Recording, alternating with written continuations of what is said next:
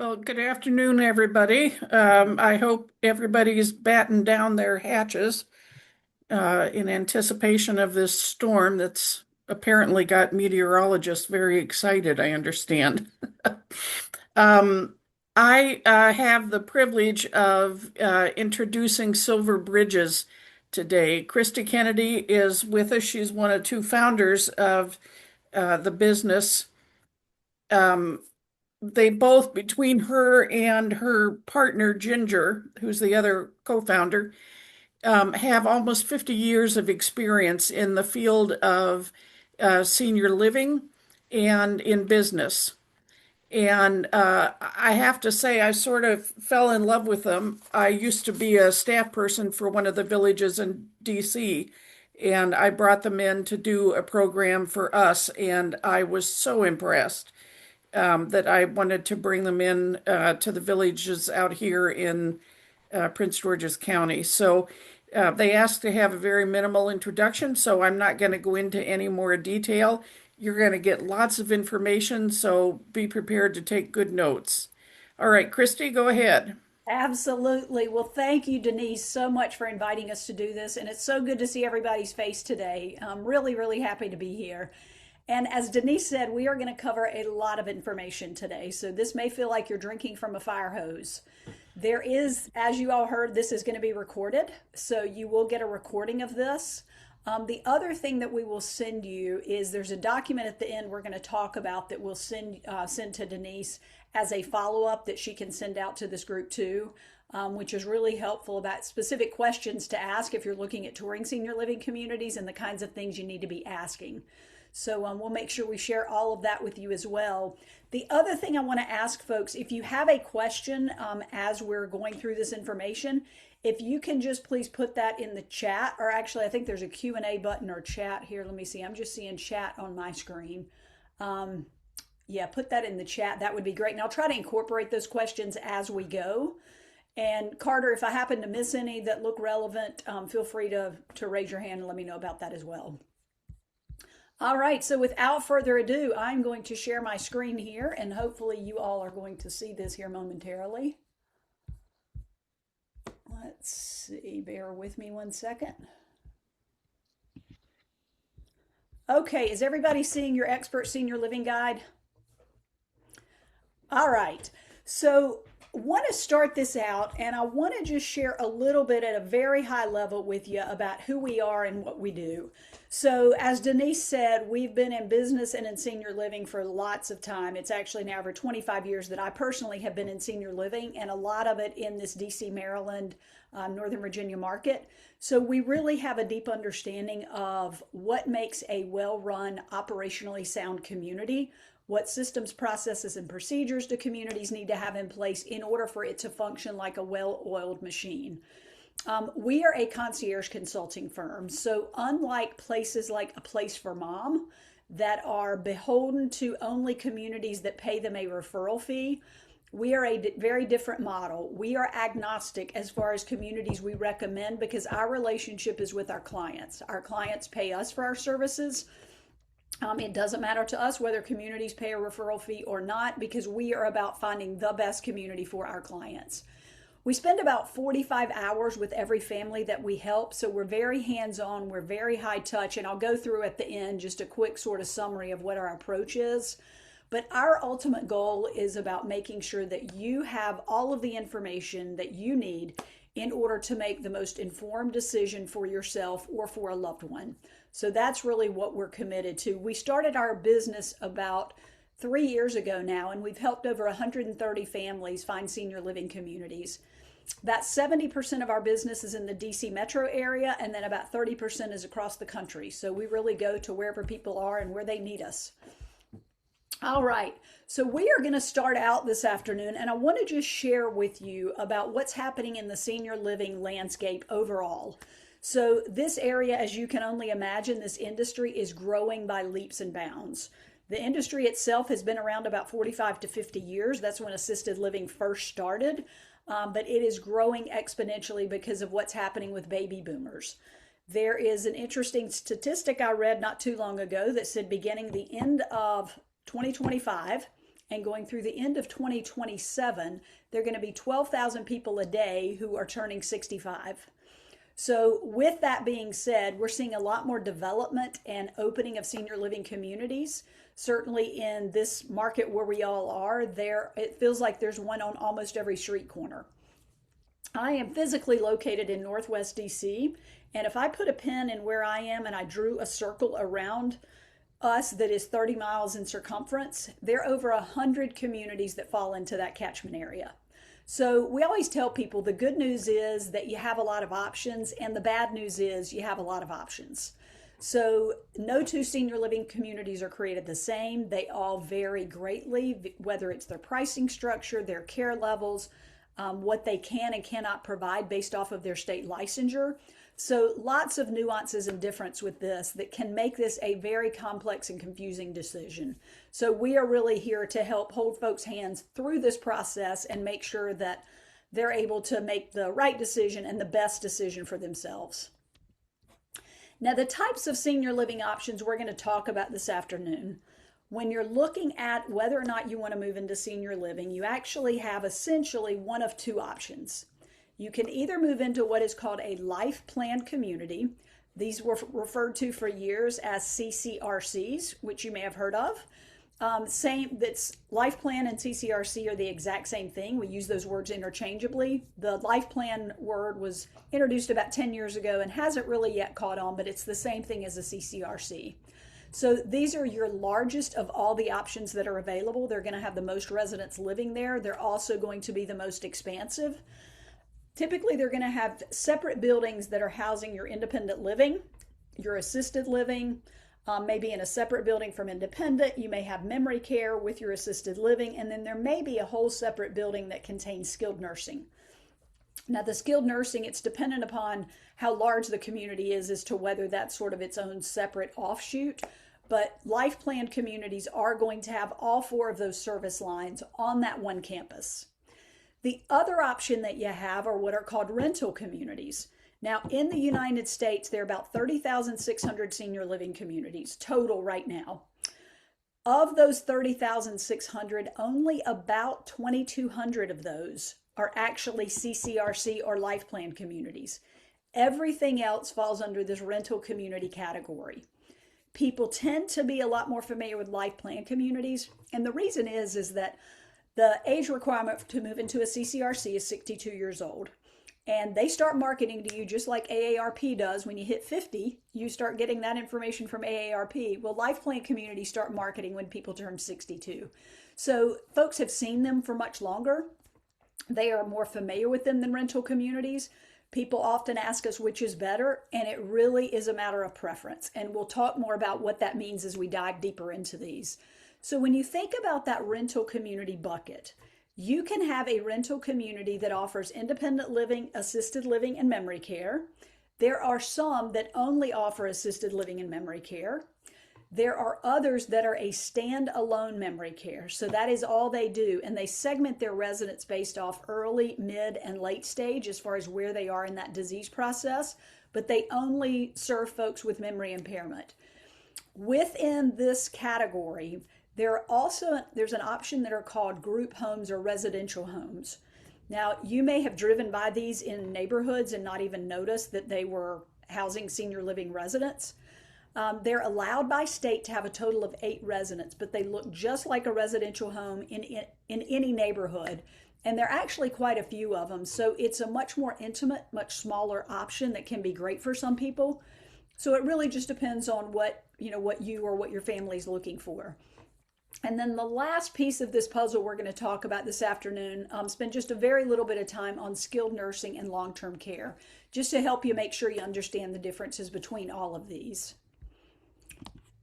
All right, so we are going to start out here and go deeper into life plan communities or CCRCs. Now, as I mentioned before, this is a campus model that's going to have all of those services within that campus. For folks that have mobility issues, life plan communities can sometimes pose a bigger challenge because you may be getting on and off shuttle buses to go from one building to another if you want to go to a specific restaurant. You'll also see that life plan communities tend to have much longer hallways. everything tends to be connected. All of the buildings on that campus tend to be connected by internal hallways. So you don't have to go outside if the weather is bad or we're having freezing cold temperatures like we are now. But for some people, if they have mobility issues, that can be problematic. You do have to be 62 years or older in order to move into these. There are a lot of different apartment styles available. So there is anything from a small 1 bedroom all the way up to a 3 bedroom, sometimes 3 bedroom with den. And the apartments vary in size in this market from about 800 square feet all the way up to 2,600 square feet. There's even a community here that has 3,200 square foot apartments. So they can be really as large as a home, so very, very large. These communities are all going to offer on-site physical, occupational, and speech therapy. So the beauty of that is even if you don't need it when you move in, it is such an asset to have that there on site. Because if you do need it, you're not having to schedule an appointment, get in your car, drive somewhere, find parking. You just hop in the elevator, go down a floor or two, or go to the building next door, and it's right there. That service is all billed through your Medicare Part B. And when you're getting physical therapy at a community where they have a vendor that is renting that space from them who provides that therapy service, it's billed through. I'm home. I just got. Somebody's got it. There you go. Thank you. It's billed through outpatient. And so you're getting about 55 minutes with that therapist versus if you were living at home and you hired a home health agency to come in and provide therapy, those sessions are only going to be about 25 minutes in length. So it's a much shorter session, whereas in a community, when you're getting this through outpatient, you get much more time with that therapist. And as a result, people tend to improve more quickly. Now, these communities are also going to have physicians that visit the residents there. Some will have 4 or 5 physicians. There's another community here that has about 20 physicians that come in and visit. It's typically a primary care physician. Some will have nurse practitioners. Many of them have a background as a gerontologist. So in addition, you're allowed to keep your own physician. You do not have to start using the physician at that community. The reason many people switch over to that physician is because it improves continuity of care. If you were to, let's say you woke up in the middle of the night not feeling well and having stomach distress and you needed some kind of medication for that, the nurse at that community can contact the doctor, text that doctor. They can get that prescription called in for you and then get that delivered and get you started on it, versus you having to wait till the next day to schedule the appointment, to then go to the doctor, pick up your prescription at Walgreens or CVS, and then start taking it. So it just really compresses that timeline. In addition to the primary care physicians that come on site, they're going to have audiology that comes on site to see residents. There is podiatry. There's often dermatology. Many communities, which is an awesome service, are starting to do mobile dentistry. My mother-in-law was in a community that had mobile dentistry, and they were able to do x-rays in her apartment, cleaning her teeth, and even a tooth extraction in her apartment. So really making it as easy and convenient for the residents as they can. All right, let me just check real quick and see if we have any other questions here. Somebody had asked about volume. I've got my volume turned up, so hopefully you can hear me okay. All right, so far so good on questions. All right, let's keep rolling here. All right. So, hello. Yeah, sorry. There is a question in the chat asking looking for group homes in DC. I assume you're going to discuss that later. Yes. Yeah. Oh, I'm sorry. I didn't see that here at the bottom. Yeah. Thank you, Caroline, for that. Yeah. So there are a number of group homes that are in the DC market. And some new ones that are coming in. There are many of them that were residential homes that were sort of converted to be able to take care of older adults. There are a number of them now that are coming into the market that are purpose built, which it makes a lot more sense with how they're designed. So yeah, we can certainly talk some more about those. With life plan communities, now remember, these are the largest of all the options. So on average, a smaller life plan community, the smallest I've seen is about 500 residents. There are other communities that have over 2,500 residents that live there. So as far as size and scope, that's kind of what you're looking at. The majority of those residents are going to be independent living. Because they're independent living, you're going to see a lot more amenities that cater to that population. So you're going to see pickleball courts. You may see tennis courts. They may have multiple swimming pools on site. pottery studios and woodworking shops, all kinds of things that are available. They're going to offer about 5 to 8 scheduled activities a day. In addition to that, there are numerous clubs. We were at a community recently and they have over 150 clubs that are available. And it's anything from bird watching to learning Spanish to traveling, you name it, there's a club. And if there's something you're interested in that they don't have at any of these communities, whether a life plan or a rental community, that's often how these kind of clubs get started, is because there's resident interest in beginning something like that. If you have a pet, do not worry about whether you can bring your pet or not. Almost all the communities are pet friendly. Some are going to have a weight limit requirement. If they do have a weight limit requirement, it's usually 25 to 35 pounds, but we're seeing a lot more communities not have that. It's really more about the temperament of the dog or the pet than it is about the size. So something to keep in mind there. And then most of these communities are going to provide free transportation within 5 to 10 miles of that community. And basically what that means is if you have a doctor's appointment, there are typically scheduled days where they can take residents to doctor's appointments. If it's off that scheduled day, you can schedule that outside of those times. They also take residents on specific days to grocery stores, to big box stores, or let's say you wanted to go see a performance at Arena Stage, or you wanted to go to one of the museums. You can often arrange transportation to do that. If you're going outside of that radius, there's usually a per mile rate that they will pay in order for you to be able to get that transportation. So you're welcome to bring a car as well. Some communities are going to charge for parking. Some will have reserved spots. Some will not. And some won't charge at all. So again, those things are often just very community dependent. Now here is where life plan communities and rental communities really start to drift apart, is in this pricing model. So the biggest differences between these two models: life plan communities are going to have skilled nursing on site. Rental communities will not have skilled nursing. Now, in many cases, that is not a deal breaker, because there are a number of life plan communities that do not have 5-star Medicare approved skilled nursing facilities on their campus. There are lots and lots of skilled nursing options in this market. There are a lot that are better than others, or some that are better than others, maybe I should say. But for many people, that's not necessarily a deal breaker, because it all depends on the quality of care that skilled nursing is providing. So the other big difference is how you pay for these and how the pricing model is structured. So all of these communities are going to be private pay. If you needed to go into skilled nursing when you're in a life plan community, let's say you are in the hospital, you have 3 nights in the hospital, which is what qualifies you as a qualifying stay to be able to go into skilled nursing where your Medicare would pay for it. Your Medicare will typically cover those first 20 days. And then you may have to go private pay if there's not an extension of that.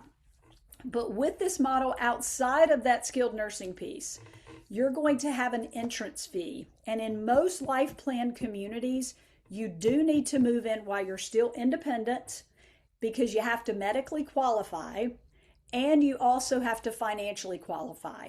So they do a really good job making sure that people have the funds to last through the duration of whatever they think that life expectancy is. So 2 important things to think about if you're looking at life plan communities as an option is that you want to move in while you're still independent, because they want folks to move in when they can still live independently for about 3 years is what they're looking at. Sometimes in a life plan community, if they have availability in assisted living or memory care, you can move into those apartments, but often you have to start at independent living and work your way through that continuum. So just something to keep in mind.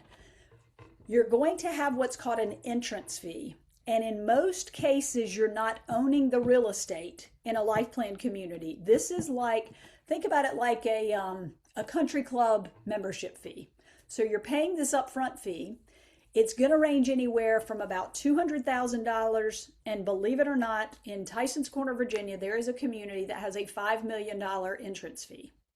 So there's a big range of what those are. They vary by apartment type. So obviously, smaller apartment, you're going to have less of an entrance fee. A portion of your entrance fee can be refunded to you or to your estate when you move out. Now, that amount that's refundable can be anywhere between about 50% to about 90%. Typically, the community is going to have predetermined what that amount is that's refundable to you. Sometimes they will give you a choice. You can have an option of a 50% refundable or a declining balance or 80% refundable. So sometimes those options exist, and it's going to change what you're paying up front based off which option you choose. So in addition to that entrance fee, you're going to have what's called a monthly service fee. Now, the monthly service fee for a single person is going to be between about $3,000 to $7,000 on the high side. If you are a couple and you're looking at moving in, some communities will have a second entrance fee for that second part of the couple, which is not as significant as the $200,000, but we've seen them anywhere from about $65,000 up to $100,000 plus for that second person as an entrance fee. And then you're also going to have a second person fee on the monthly fee. The second person fee averages about $1,000 to $2,500 that you would pay monthly. With this model or with the rental model, the other thing you need to factor in is an annual cost of living increase. Most of the communities that we see today, we see anywhere from about 2% to about 6%. I will tell you though, during COVID, this was crazy. We were seeing price increases that were 12 to 15%. So thank goodness, since COVID is not with us like it was, we have seen those come way down, and we hopefully will not see them go back up again. But life plan communities have a document called a disclosure document that if you're looking at a life plan community is one thing you want to make sure that you ask for, because in that document, they will tell you over the last 3 to 5 years, what has their fee increase been. It's also going to give you all the financial information about the company, let you know how much money they have in reserves, let you know what all the additional charges might be, let you know how they staff the community. So it is a pretty comprehensive document that if you're looking at life plan communities, make sure you ask for a copy of that. Now we could do a whole nother webinar where we talk about nothing but contract types in life plan communities, because there are about 4 or 5 different types of contracts. The most important thing to remember about this is to understand what is the contract that you're signing, what exactly does that mean, and how is that going to impact your rate if you go from independent living to assisted living or memory care. That's where these different types begin to really differ, and where that's where you're going to see the changes.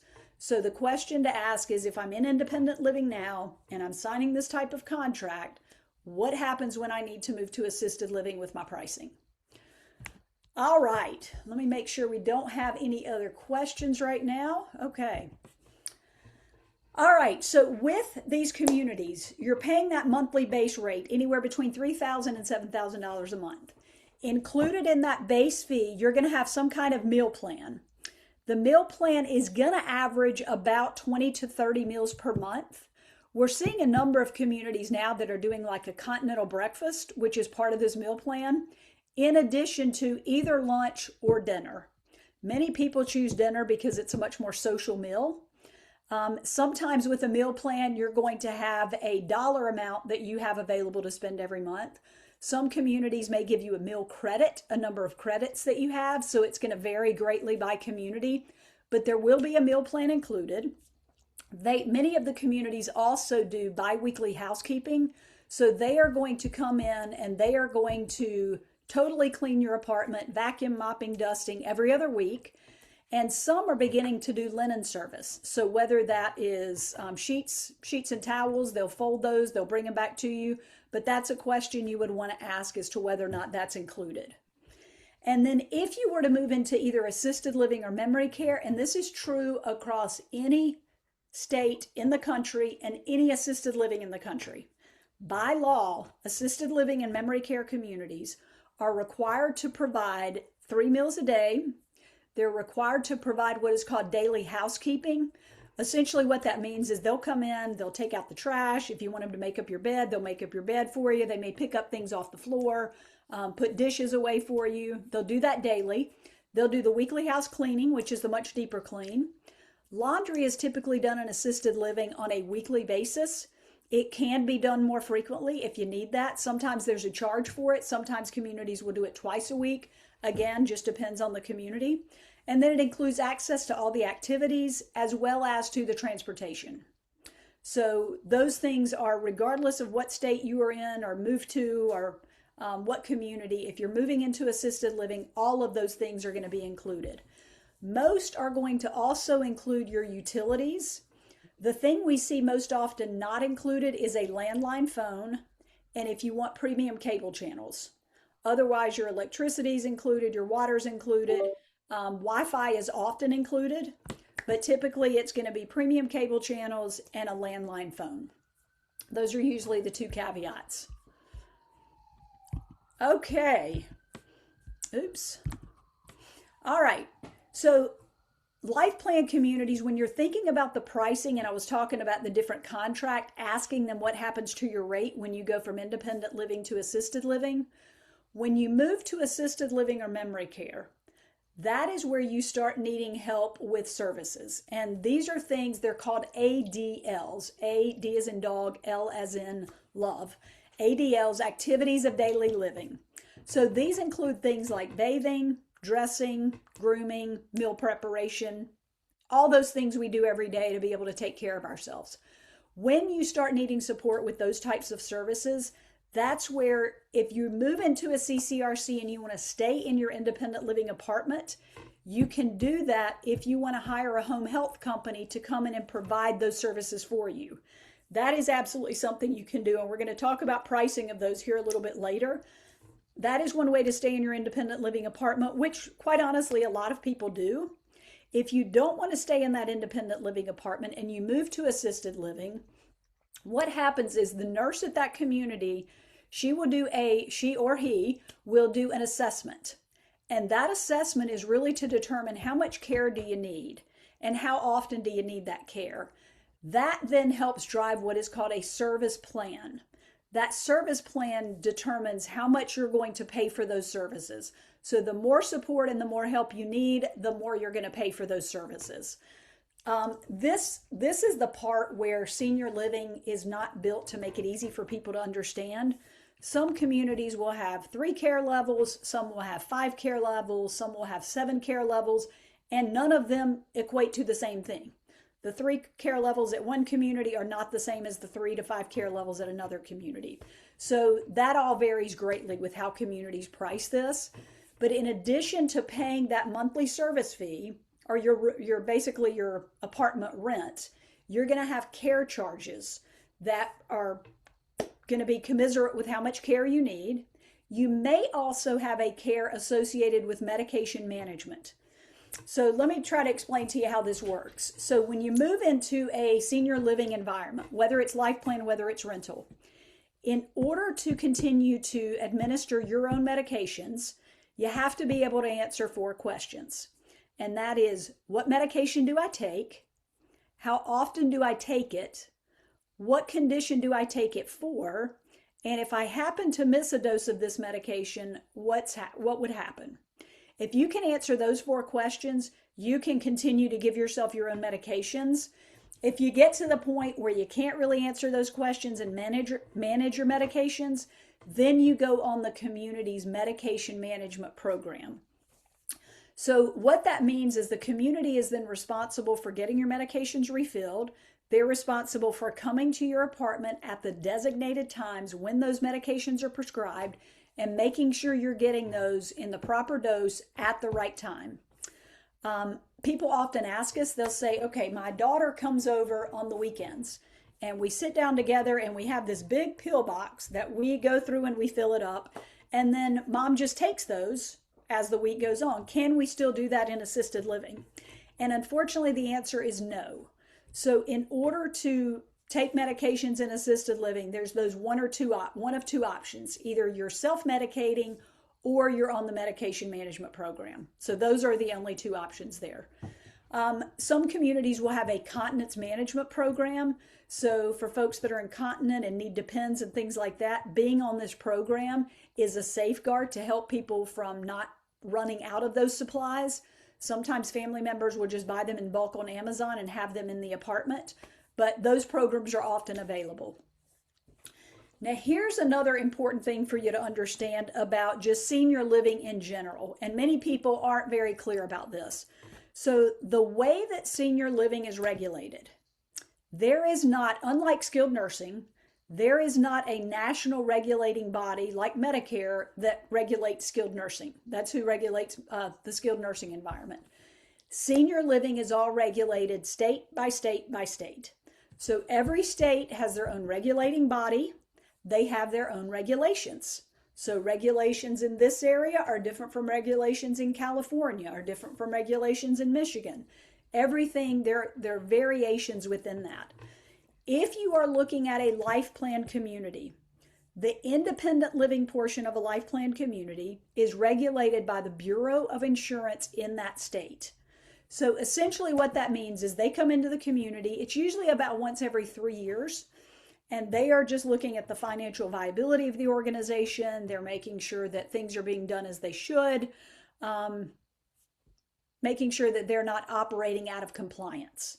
Now, when you move to assisted living or memory care, those are inspected on a much more frequent basis. Usually it's annually, and the inspectors come in on an unannounced visit.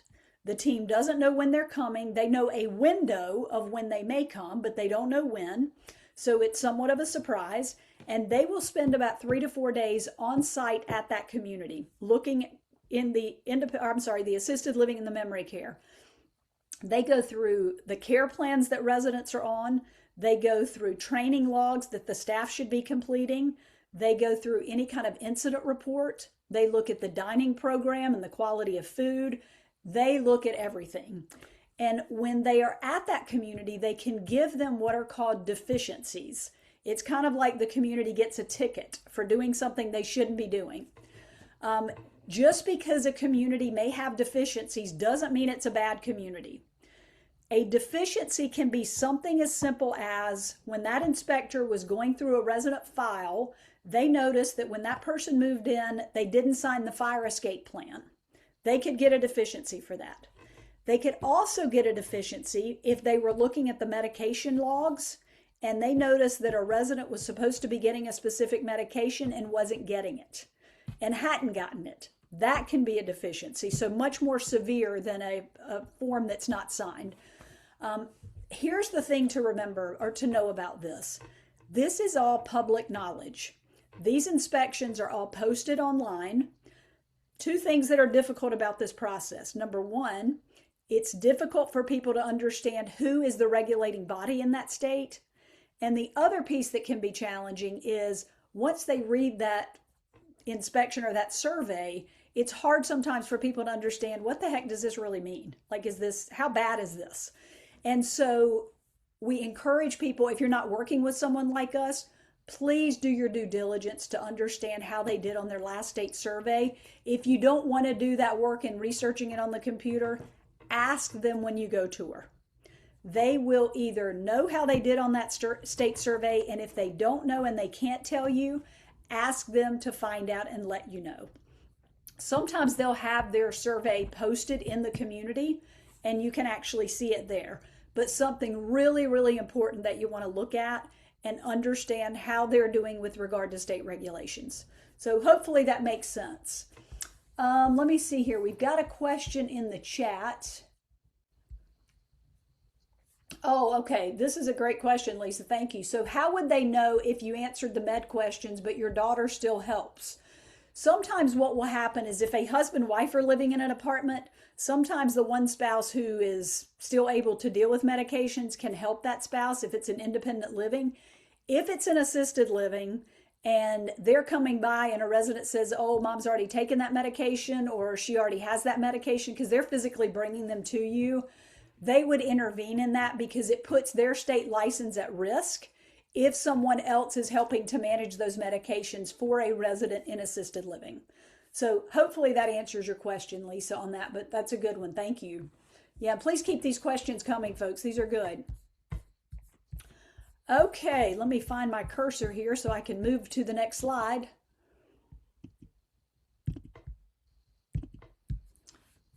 All right, bear with me here. There we go. All right, so we are going to pivot now. We've talked about life plan communities, CCRCs. We're now going to start talking about rental communities. So this is the other option when you're looking at senior living. Let me back up and just say one more thing about life plan communities. If you are touring a life plan community, here is our recommendation. If you're moving in as independent living, don't just look at independent living. Tell them you want to also see assisted living. If you have a concern or have a loved one that has memory impairment and you think memory care may be something that's needed, ask them if you can see memory care. I will tell you, we have been a number of communities across the country where you go into independent living, it is beautiful. It is a place anybody would want to live. But then when we go look at assisted living, especially in older communities, it looks like you've almost walked into skilled nursing.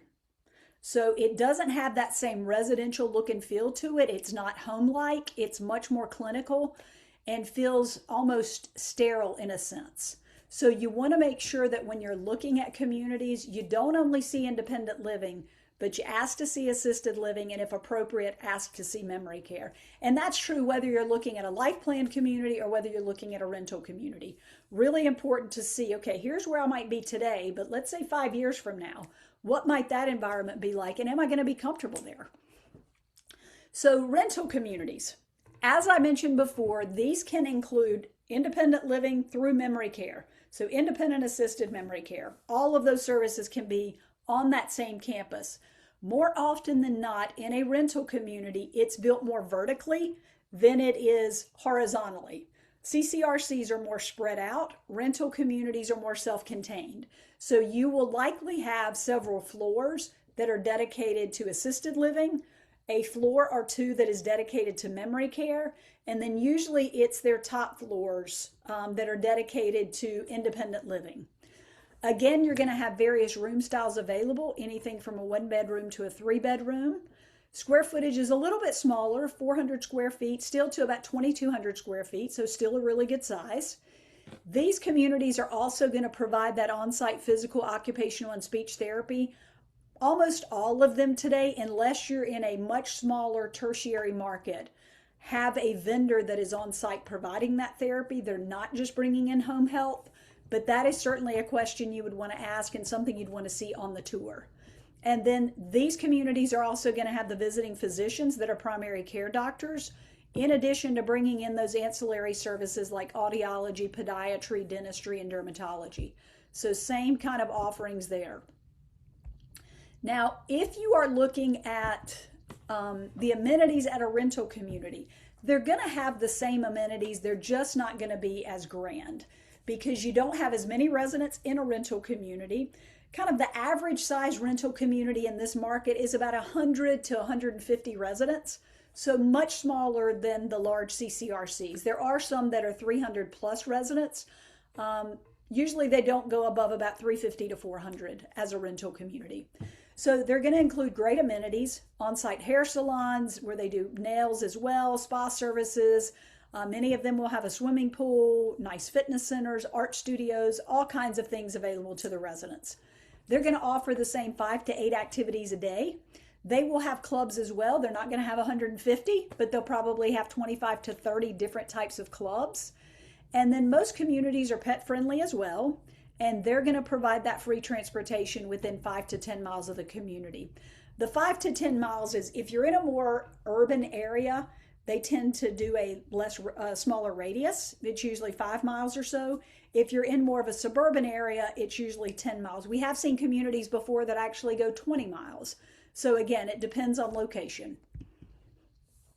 And then this model is also private pay, but very different from how that life plan community pricing is structured. So in a rental community, instead of paying that really big entrance fee we talked about that can range from $200,000 all the way up to $5 million, you have what is called a one-time non-refundable community fee. So think about your community fee at a rental community as a kind of a one-time HOA fee that you're paying. That community fee ranges from about $3,000 on the low side. The highest we've seen is $80,000. The average we see is anywhere between about 5 to 15 that you'd be paying, and that is a community fee per apartment. So if a couple is moving in, you're not paying that fee twice. Your room rate is going to vary by size. It's also going to vary by location. With rental communities and with life plan communities, typically the higher you go, the more the rent increases. We see it be $50 more per floor. We've seen it be $100 more per floor. So it really depends on where that apartment is located. But your room rates are going to be anywhere between about $4,000 to $12,000 a month, depending again on the size. If it is a couple moving into a rental community, there's going to be that second person fee, which is going to be about the same, that $1,000 to $2,500 for that second person. Same kind of cost of living increases that we see across the board, about 5 to 6%. Some communities are 2%. We've talked to communities that aren't having a fee increase and haven't had one for 2 or 3 years. So again, going to vary by community. And then assisted living and memory care. Now here's what's interesting about a rental community. You don't have to come in independent living. There's no medical qualification like there is in the life plan communities, and there's no financial qualification. You could move into a rental community as independent living. You could move in when you need assisted living, or you could move in when you need memory care. So it doesn't matter where you start or come in on that continuum. In assisted living and memory care, that's where your care levels, as we talked about, are going to kick in if you need help with those activities of daily living. It's also where you may have medication management charges. I will tell you as a caveat, what you'll see sometimes is communities will bundle those rates. So they'll take the care charge, they'll take the medication charge, they'll put them together as one charge. Sometimes they're going to be separate. So just something to be aware of. And then they're going to have continence management programs as well at rental communities. So the question people often ask us is, what's better? And what's better depends on a lot of factors. And it's really, what do you want to do with your money? Do you want to give your money to an entity that will invest it and use that money? Or do you want to keep your money and invest your money and be able to do with that what you want to do with it? Most people, if they're moving into a life plan community, do need to sell their home in order to move in, because that's what they're using to pay that upfront fee. In a rental community, that is often not the case. If people have a home to sell, they can slow roll that a bit because it's not imperative to have that large that money for that upfront cost. Okay, let me keep going here. All right, so the base rate in your rental communities, they are also going to include that meal plan. It's typically 1 to 2 meals a day per person that's included, and it's often the biweekly housekeeping and linen service that's included. As we talked about before with assisted living, memory care, same things are going to be included with that as they are at any community. The 3 meals a day, the housekeeping, the laundry, all of those services. Assisted living and memory care, as I think I mentioned this earlier, care levels vary greatly by community. So it depends on the community as to how many care levels they have and what each of those levels include. Another important question that you want to ask if you're looking at moving into a rental community is, or a life plan community. If you're looking at a life plan community, the question is, what might happen to me that would cause me to have to move to skilled nursing? And if you're looking at a rental community, the question is, what might happen to me that would cause me to have to move out? So some communities can do what is called a 2-person assist, meaning if I need help getting from this chair to the shower or to my bed, I may need 2 people to move me from here to there. We see this happen a lot with folks that have memory impairment, because sometimes with that disease, there can be what's called the brain-body disconnect, where the brain just cannot communicate and tell the rest of the body how to move. So it may take 2 people, even though I'm not a big person, I could still need 2 people to get me from here to there. Some communities are not regulated to do that. Other communities are regulated to be able to use mechanical lifts to help people move from one place to another. Often in a life plan community, if you need that 2-person assist or need a mechanical lift like a Hoyer lift, you're going to skilled nursing. You're not able to stay in that assisted living. Many rental communities can provide that level of care in their assisted living. So again, just an important question for you to ask. And then the other option in rental communities that doesn't exist in the life plan communities, they have something called respite stays. So 2 reasons to use a respite stay. Let's say that you or your spouse are having a hip or knee replacement and you just need more time in an environment where you're being cared for before you can go back home. Communities offer this short-term stay option that's usually for a minimum of 30 days to a maximum of about 60 days. It's typically an all-inclusive rate. You are treated just like you are as a permanent resident there, but it allows you that time to take advantage of therapy services, to have meals provided, whatever you may need to get back on your feet. Another reason people use respite stays, or 2 other reasons. If I am the caregiver for someone, caregiving, I was a caregiver for my mom, and I know how incredibly exhausting and difficult that role can be. Sometimes as a caregiver, you just need a break. You cannot fill from an empty cup, and you just need to recharge your batteries. You could move your loved one into a senior living community, into an assisted living or memory care community as a rental option. They could be cared for. You could get the rest that you need.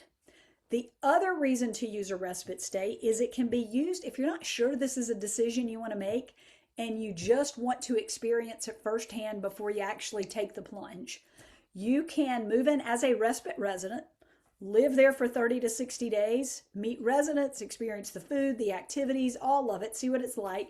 And then at the end of that time period, you can decide, hey, either I'd love to stay here, or you know what, I think I'm going to go back home, or I'm going to do something else. That's another option for you with rental communities. So again, something to ask for if that's something that would be beneficial to you. All right, we have a lot of questions that we get from folks about memory care.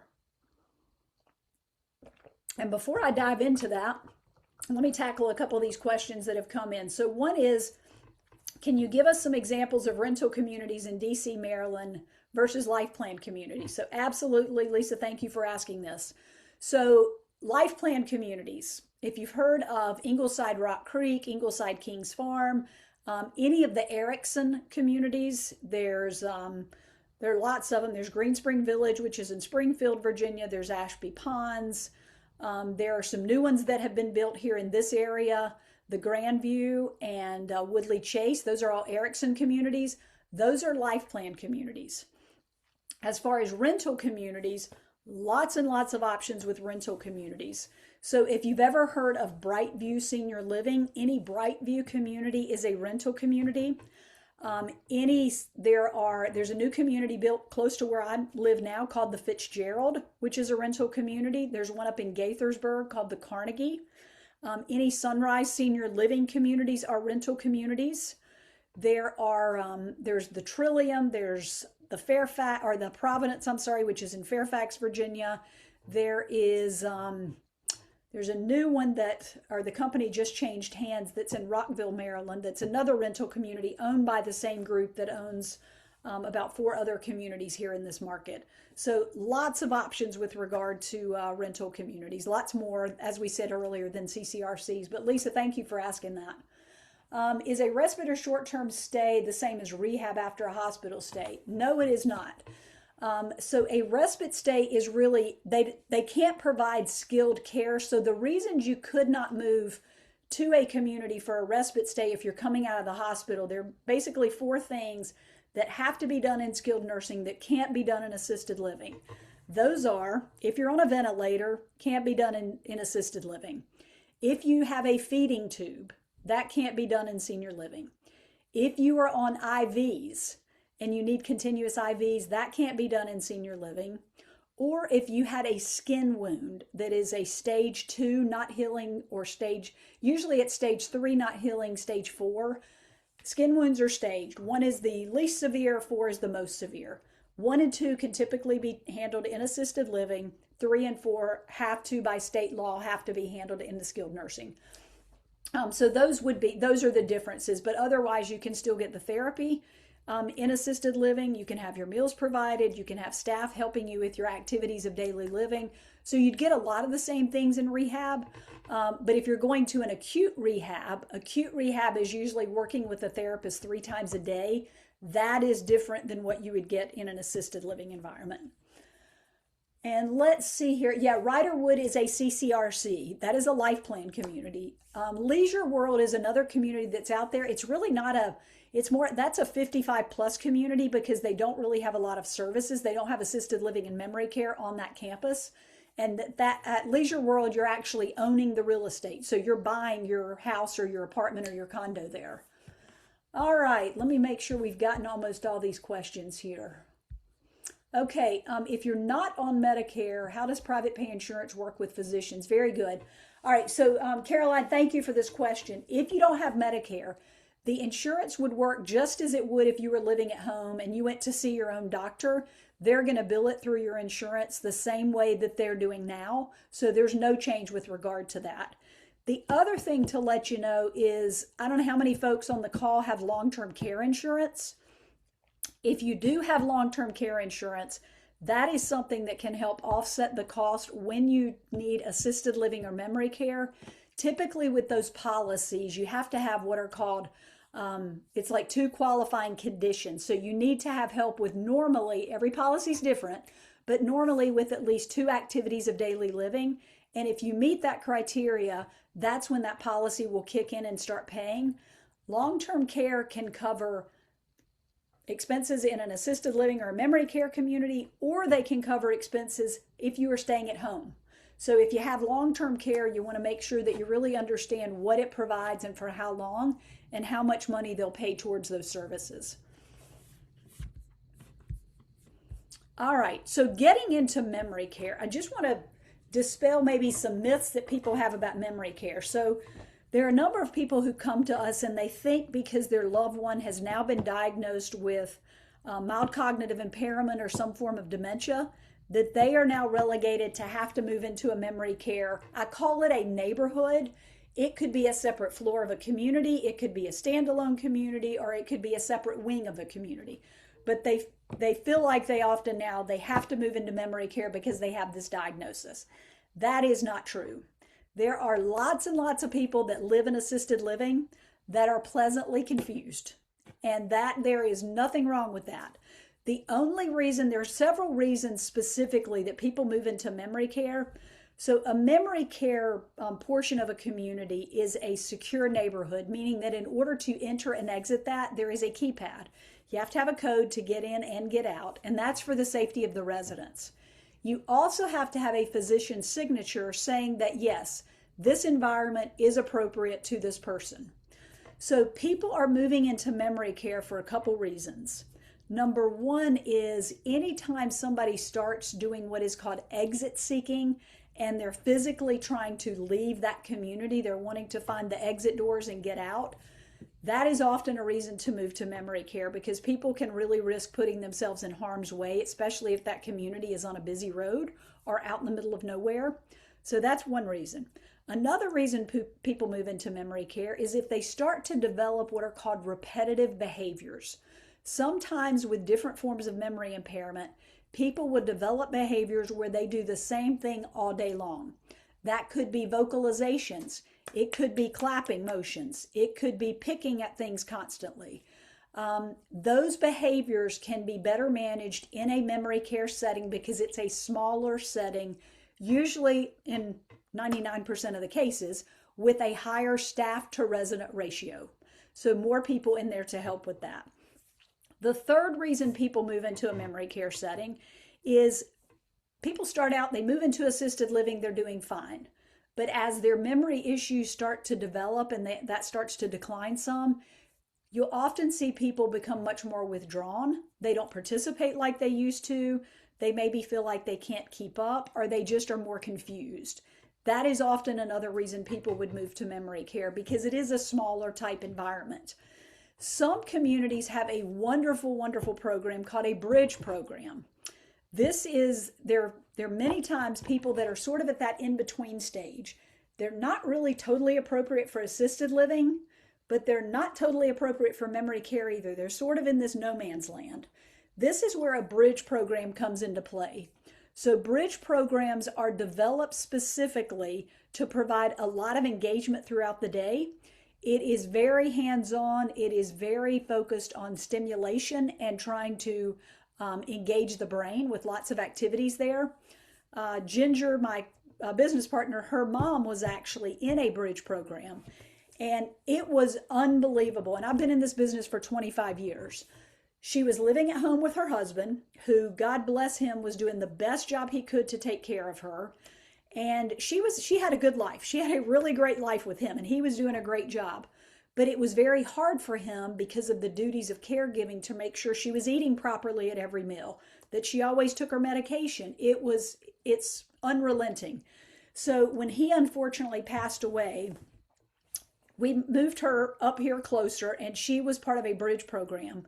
And after she had been in that program about a month or two, Ginger said, "You know what, Mom? You've been through a lot. How are you doing?" And this was a woman who was not communicating a lot. And she looked at Ginger and she said, "Honey, I'm living my best life." And it was like watching water being poured on a wilted flower, because she was getting the proper nutrition. She was around people, because with her husband, their world just shrank. They weren't interacting. And this is why we are such huge fans of villages, because isolation is the enemy of the brain, and not socializing with others is just so detrimental on so many levels. But this bridge program provided her with all those things. So she really did blossom. It doesn't stop the decline of the disease, but it can certainly delay it, which is a beautiful thing. So again, not all communities have this program, but something to ask about if you have someone that is in the early stages of memory impairment. Really, really wonderful program. All right. We are now going to pivot and talk just briefly about skilled nursing. So if you had to go into skilled nursing provides two types of care. There is what is called short-term stay for people who've been in the hospital. They're coming out of the hospital and they need that supervision in order to get back on their feet. Typically that can be an illness or some kind of joint replacement. Then there's what is called long-term care. And long-term care is for those folks who have those much more complex chronic health conditions that really need to be in that skilled long-term setting and have that nursing oversight.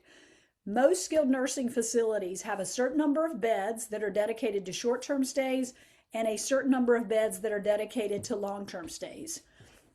And as I mentioned earlier, Medicare, if you're in the hospital and you have 3 qualifying nights, you have to be in there for 3 nights, you can then go to skilled nursing, where if you have Medicare, that will start to kick in and usually covers those first 20 days. If you did not have that and needed to pay private pay for skilled nursing, this is kind of the national average. A semi-private room is running about $8,500 a month, and a private room is running about $10,000 a month. So just to kind of give you an idea of what you'd be looking at there. All right, we're going to take a quick right-hand turn here, and we are going to move into, all right, great information, but how the heck do I fund this? How do you fund senior living? So I want to share with you a couple things that are available, and also want to talk about if you want to stay in your own home and you want to age in place, what do you need to look at and consider with regard to cost associated with that? So to move into senior living, many people are selling their home. That's part of what they're using to help fund this. Long-term care insurance, as I mentioned earlier, is a wonderful thing if you have it, that can help once you need assisted living or memory care. People use their pensions, their investments, their personal savings, their Social Security. If you are a veteran, or if you are the surviving spouse of a veteran, there is a wonderful program called Aid and Attendance. And you do have to qualify in order to get this benefit. If anybody on the call is a veteran and you want more information about this, please just give me a call or shoot me an email, and I'm happy to talk to you about what this looks like and give you some recommendations as to who you can talk to that would tell you whether you can qualify or not. And then other folks rely on contributions from family members to help them figure out how to make ends meet with this. The thing that we always tell people is, bar none, your best resource for helping you figure out, because the biggest question people ask and the biggest fear we all have is my money going to last? The best person to answer that question for you is a certified financial planner. So if you don't have a certified financial planner and you need any recommendations, please let us know. We've got some wonderful ones that we can recommend, but we always encourage folks to go back to that person to look at, I don't know whether to do a CCRC or a rental community, help me understand which is going to be the best option. That is going to be the best guide to help you decide that. Now, there are a couple of lower cost alternatives in the market. Unfortunately, they're not a lot. In senior living, there's this whole segment of the population called the forgotten middle. And if you have a lot of money, you have a lot of options. If you don't have any money, you have some options. But if you have enough money, but not really enough to pay for senior living, there are not a whole lot of options out there. That too is why villages are so valuable and the work they do is so important. Couple options with this lower cost piece. There are beds called auxiliary grant beds. When a community is being built in a city or municipality, they will make an agreement with that municipality to say, we want to build this community, but in building this, we want to have a certain number of beds that are dedicated to folks who are moderate to lower income. Now, nobody else knows what rooms those are, apartments those are that are dedicated to that, but many communities have those. The problem is they're really hard to get. To get an auxiliary grant bed, it can take 4 to 5 years. And oftentimes in communities, they are keeping those beds for folks who've lived there and are now starting to spend down their assets and trying to move those folks into the community. So it is an option, just not easy to come by. There are some great moderate and low income senior housing communities that are available. So if folks need support with that, we can certainly make recommendations there. There are also wonderful adult day centers. So adult day centers are great, especially if folks have memory impairment, or especially if any of you on the call are a caregiver. It's a great way to have your loved ones spend the day in an organized program with trained staff who is providing their meals, who's providing their medication, and who's providing engagement and activity in a social model. So there are some of those programs around as well, which is another great option. Now, for many of you, I would assume you would like to age in place. And this is actually true. Most people, I will tell you, don't want to move to senior living. But the other thing that I will tell you, and this, I hear this every single day. People come to us and say, oh my gosh, I wish I had done this sooner, when they make that move. Now, the important thing to know is that if you move into a senior living community, you don't have to leave your village. Your village, you're just changing your home. If you're still in that area that village services, you can stay with that village. So if you decide you want to age in place, if you needed some help with those activities of daily living, you can hire a home health company who can provide what is called companion care. Now, if you're going to hire companion care, typically what those contracts look like is you're hiring somebody for a minimum of 4-hour shifts, and you have to hire them for 2 to 3 days a week. So even if you only needed somebody to come in for an hour, you're going to still pay for that 4 hours, and it's got to be 2 to 3 days a week. The average cost for this kind of companion care is about $35 to $38 per hour. So we've done the math on this, and what it looks like is if you're getting more than about 20 hours a week of companion care, it is often strictly looking at cost. It's often more cost effective to move into a senior living community than it is to try to stay in your own home. So just strictly looking at the monetary side of that equation. If you needed a nurse to actually come in, let's say you had a skin wound that needed to be treated, or you had a PICC line or a feeding tube or something that you needed to have cared for, a nurse is going to be about $80 to $90 per hour that would be coming into your home. You all are very familiar with villages. We are, as I said, huge proponents of villages, and we always encourage people, if you're not a member of one, to please become a member of one. So that is just another obviously great opportunity to support aging in place and being able to do that successfully. Okay, let me see what questions we have before we get into this next segment here. Okay, VA aid and attendance was very helpful to my mom. Oh, I'm so happy to hear that. specifically for patients' personal needs. Yep, and the facility cannot take it. That's right. They pay you, and then you're paying the community. But that's great to hear, Loretta. Thank you for sharing that. Yeah, the aid and attendance benefit is so valuable, and it is unfortunately it's like the best kept secret in town for people who qualify. We actually had a client who was a veteran, and he was getting disability through the VA. He was getting about $900 a month. And when he called us, we said, have you looked into aid and attendance? He had not heard of it. So we told him about it. His son explored it. He did qualify. And with the VA, he was only able to get one or the other option. He couldn't get disability and aid and attendance. So he ended up taking aid and attendance because he was getting $1,500 a month versus $900 a month. So really, really great program. Somebody else commented here, Mary, it's difficult to get home health aid. Oh my goodness, Mary, you are so right. Finding the home health aides that are reliable, that are going to show up consistently, or if they have a sick child and call out, who's going to be coming. For many families, that can be a bit of a logistical nightmare. So you are very right. It can be difficult to find that. Yeah, and also someone needs to be able to supervise. Very true. Very, very true. So, staying at home can be a great option for people. The thing that we just always suggest is that if you're going to stay at home, number one, you need to have that support and that advocate in your corner. And number two, make sure you, however you can, surround yourself with a sense of community. And whether it's being part of a village, being part of a church group, you want to see somebody other than just that caregiver day in and day out. Caregiver and just spouse doesn't do enough to provide you with that social interaction you really need. All right, I want to share with you now, and Denise, this is a document that we will send to you if you don't have it already, so that you can send out to the folks on the call. I'm not going to go through all of these questions, but I just want to hit some of the high points, and we've already talked about a couple of the high points. But what I would do if I was going and looking at senior living communities and not engaging somebody like Silver Bridges, I would take this list with me. And when we send it, it's a one-page document. I would literally take this with me and ask these questions when I was in that community. So one thing you want to make sure of is you want to know what options are available at the community you're looking at. Do they have independent living? Do they have assisted living? Do they have memory care? There are some communities, this is more in the rental community model, that are what I call open communities, meaning that independent living and assisted living residents are totally commingled. They eat together, all the activities are together, there's no separation. Same dining room, same everything. And what that does is create a more vibrant type of community.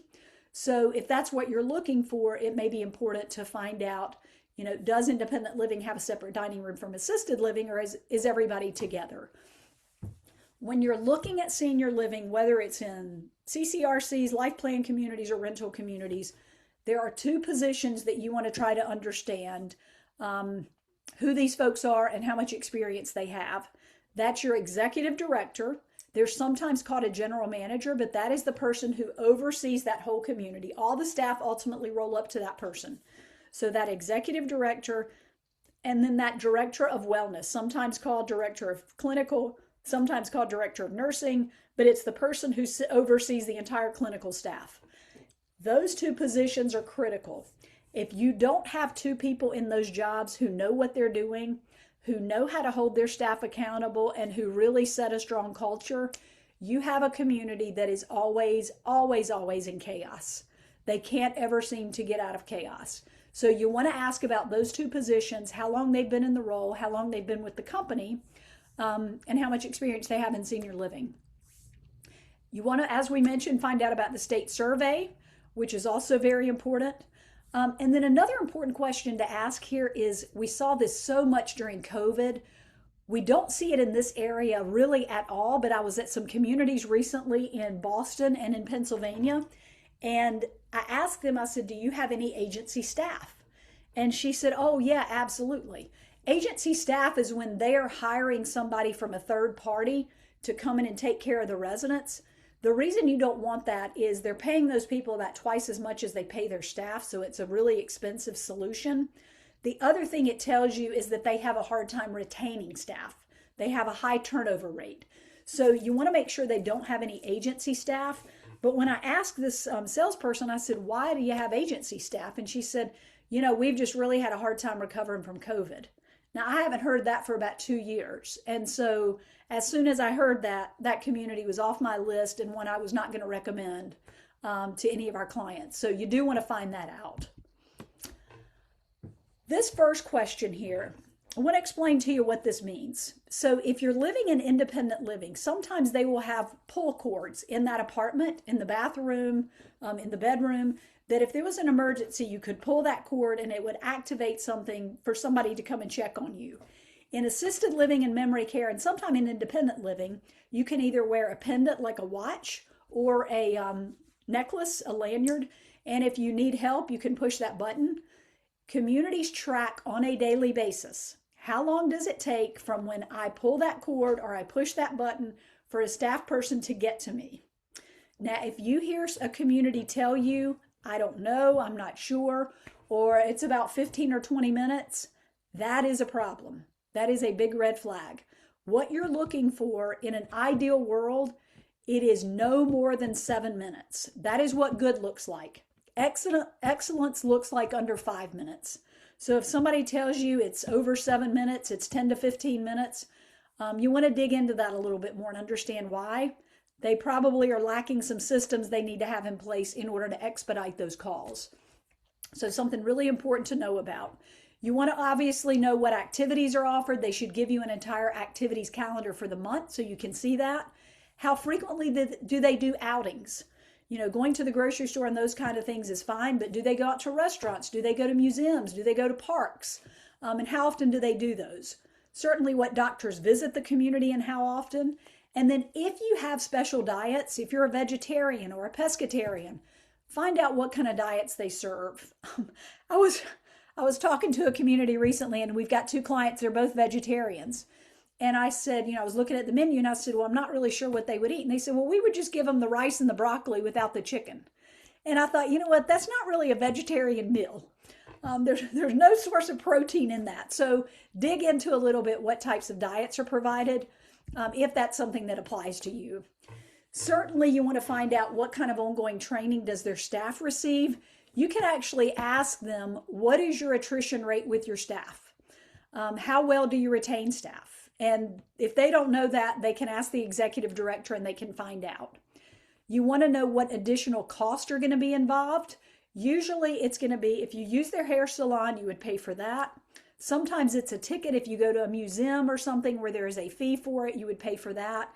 And as I mentioned earlier, premium cable channels and often a landline phone are additional. But most everything else is pretty much included in their fees. Ask about the annual increase and what they've experienced over the last 3 years.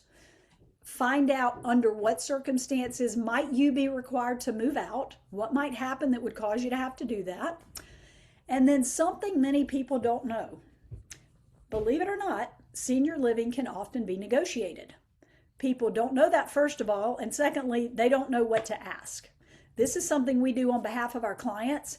We are able to get back to our clients what they've paid us plus more by our ability to negotiate, but many people just don't even ask. So the only time you really don't have opportunity to get any kind of special concessions is if you're looking at a community with a full waiting list. They don't have any reason to need to negotiate. If they are full and they've got a long waiting list, they're not going to negotiate. Otherwise, communities often are willing to negotiate on the pricing. And then finally, if you're looking at a life plan community, get a copy of that disclosure agreement. The state of Virginia is required when you do a tour to give you that document.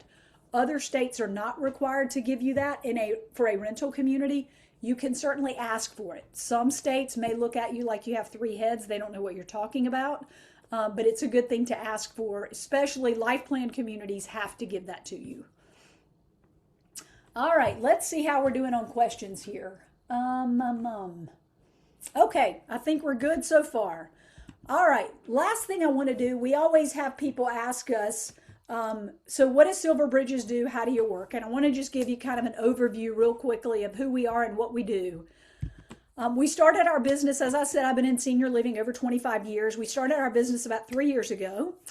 And the way that we work, we wanted to be really different from places like A Place for Mom, where they just give you a list, they send your name out to all the communities, you start getting all these phone calls. It is not a helpful process. We want to be the calm amongst the storm for folks when they're starting to research options. So the way that we work is we have an annual agreement with our clients. So it's a 12-month agreement that we put in place. Should you choose to engage us or even not engage us, let's say we get off this call and you said, you know what, I just want to do a free consultation. Want to understand a little bit more about what you do and have you understand what I do and give me some direction. Please call us. We do that for absolutely free. We would be happy to talk to you, give you any guidance that we can, whether you choose to engage us or not. If you do choose to engage us, we would then do a much more in-depth kind of discovery and needs analysis to understand your wants, your needs, your preferences, your budget, your timeline, all of those things that go into this decision, whether you want a more suburban community, more urban, high rise, not high rise, what kind of residents and people do you want to be around? We would get all of those inputs. We would then go to work to identify the best options for you. We start out with no more than 5 because in this, when you're looking at something like this, too many is quite honestly too much. We can give you 10, we could give you 15. We start out with 5 and provide you with really what we see as the best options based off what you're looking for. And we give this to you in something we call a recommendations report. And that report has in it all the communities that we looked at, the ones we selected and why we didn't select others. We're going to give you floor plans. We'll provide you with pictures of the community, everything you need to know about who the staff is, how they've done on licensing, how they do on turnover, all of those details. In addition to, we'll give you pricing for where you are today, independent living.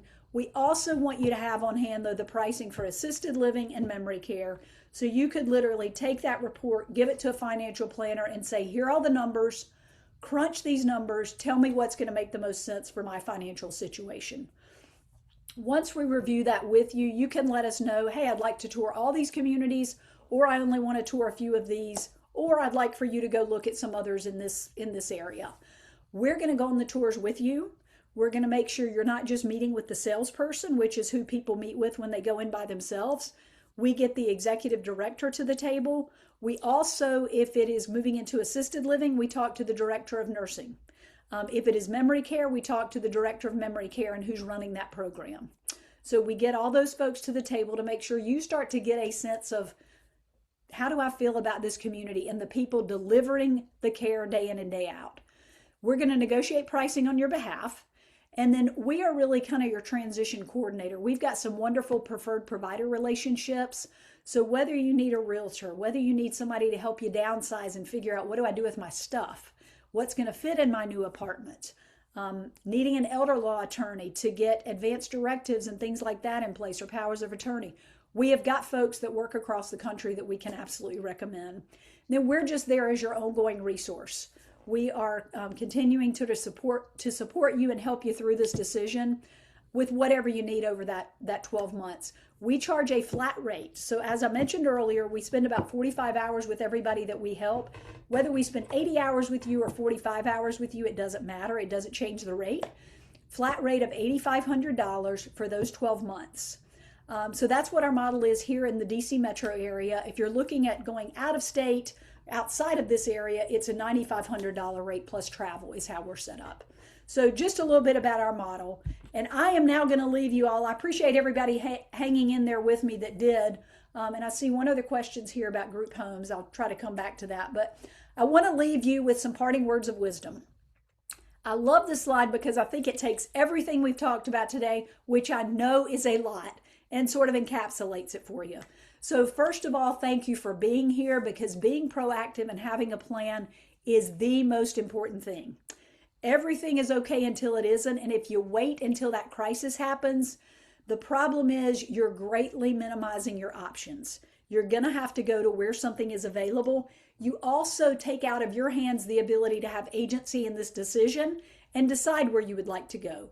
So have that plan and figure out what's going to make the most sense for you. Research shows isolation is the enemy of the brain. So the more that you can keep yourself engaged in that sense of community, whether you choose to age in place at home or whether you move into a community, that is one of the big benefits of community living, is that it makes those things really easy to be a part of. Many life plan communities, especially in this market, folks, they have a 1 to 3 year waiting list minimum, and especially for larger apartments. So if you're interested in those CCRCs or life plan communities, get on those waiting lists. You can do that often for a refundable deposit, anywhere between $1,000 to $3,000 to $4,000. That is often fully refundable. So make sure you get on those waiting lists. And then, as I mentioned before, most common response we hear from folks is that do make this decision and move in is, oh my gosh, I wish I had done this sooner. This is not something to be feared. It is a huge change, and it feels like something that I can't believe that I'm at this point. I may need to do this, but there are so many people that thrive when they move into a senior living community. So without further ado, that is everything I had. And the person, Caroline, the questions you have about group homes, if you want to just give me a call, I'm happy to answer any of those questions for you. But this is our contact information here. Should you want to reach out to us, and I'm sure Denise can share that with you too. But I just thank you all so much for your attention, and I hope that this was helpful for you. Thank you so much, Kristy. You went over a whole bunch of stuff and I really appreciate it. Absolutely. Let me stop Just sharing. want to remind people that we do have up on the registration page our February quarter conversation where we're going to be speaking about the book Bib Country and talking with the author. And then we will be getting other sessions up shortly. So please keep an eye on our webpage and reach out to your local village if there's too much snow this weekend for you. Thank you all very much. Hope you have a great day. Thank you, everybody. Take care. Bye-bye. Thank you.